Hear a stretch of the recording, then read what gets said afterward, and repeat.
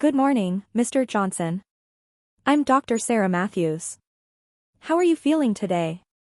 Good morning, doctor. I'm not sure, really.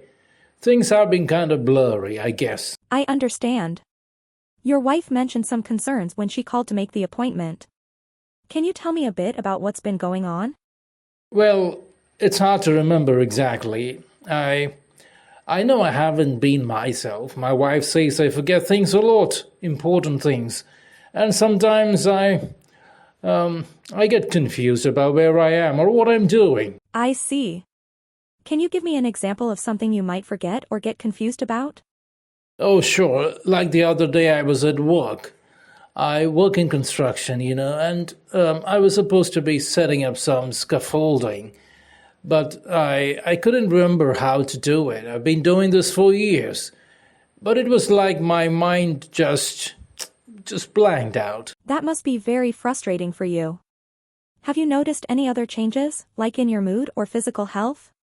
Well, my wife says I've been more irritable and I've been having trouble walking straight.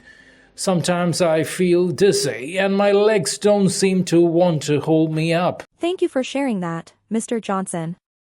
Let's talk a bit about your medical history. Have you had any major illnesses or surgeries in the past? Not really. Just the usual stuff, colds, flu. I broke my arm once when I was a kid. Oh, and I had my appendix out when I was 20. And what about your family history? Any history of neurological conditions, heart disease, or diabetes? My dad had a heart disease. He passed away a few years ago. Mom's still around, but she's got high blood pressure. No one I know has had any brain problems, though. Thank you. Now, are you currently taking any medications? Yeah, just some vitamins my wife makes me take, and sometimes I take painkillers if my back hurts after work. Any allergies that you know of?